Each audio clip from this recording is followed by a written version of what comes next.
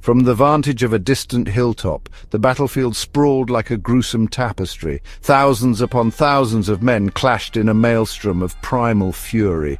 The air, thick with the metallic reek of blood, vibrated with the clang of steel upon steel. Cries of agony and defiance rose above the din, a chilling symphony of desperation. Smoke from burning pyres painted the sky a sickly yellow, a grim testament to the carnage below. The sun beat down relentlessly, baking the earth and reflecting blindingly off polished armor. Dust, kicked up by countless feet, swirled around the combatants, creating a choking fog of war. Flags, tattered and torn, still fluttered defiantly amidst the chaos, symbols of allegiances long forgotten by the fallen. There was a terrible beauty to the scene, a terrifying display of human strength and savagery unleashed. Down in the heart of the melee, amidst the press of bodies and the clash of arms, individual stories of courage and despair played out. A young recruit, barely a man, swung his sword with the desperation of the doomed, his face a mask of terror. A seasoned veteran, his face a grimace of exertion, parried a blow that would have cleaved another man in two. Each warrior fought with the strength of 10, fueled by fear, duty, or the simple will to survive. Horses, maddened by the din and the stench of blood, charged wildly through the ranks, trampling friend and foe alike.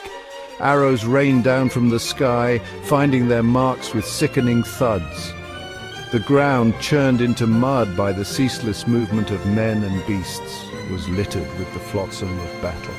Shattered shields, discarded weapons, and the bodies of the slain. As the sun began its slow descent, casting long shadows across the ravaged landscape, the sounds of battle slowly subsided. The cries of the wounded replaced the clang of steel. The victors, exhausted but triumphant, began the grim task of tending to their own, while the vanquished, those who still drew breath, slunk away into the gathering gloom. The battlefield, now eerily silent, stood as a mute testament to the day's terrible events. Amongst the scattered debris of war, a single object caught the fading light. An ancient spear, its wooden shaft splintered and stained, its iron head dulled by countless impacts. It lay there, half buried in the mud, a silent witness to the carnage that had unfolded around it. The spear, once a symbol of power and might, was now just another piece of refuse, a grim reminder of the fleeting nature of victory and the enduring cost of war. Who had wielded this weapon? What hands had grasped its shaft? What eyes had looked down its length, seeking to deliver death? Was it a king fighting for glory, a peasant conscripted into a conflict he did not understand, or perhaps it belonged to someone who fought for something more profound? For love, for loyalty, for the hope of a better tomorrow?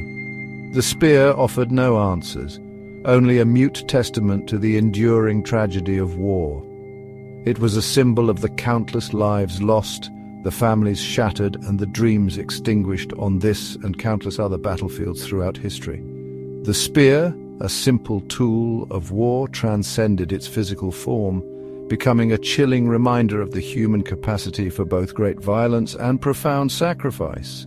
The legacy of the spear and the battle it witnessed would echo down through the ages, a cautionary tale whispered on the wind.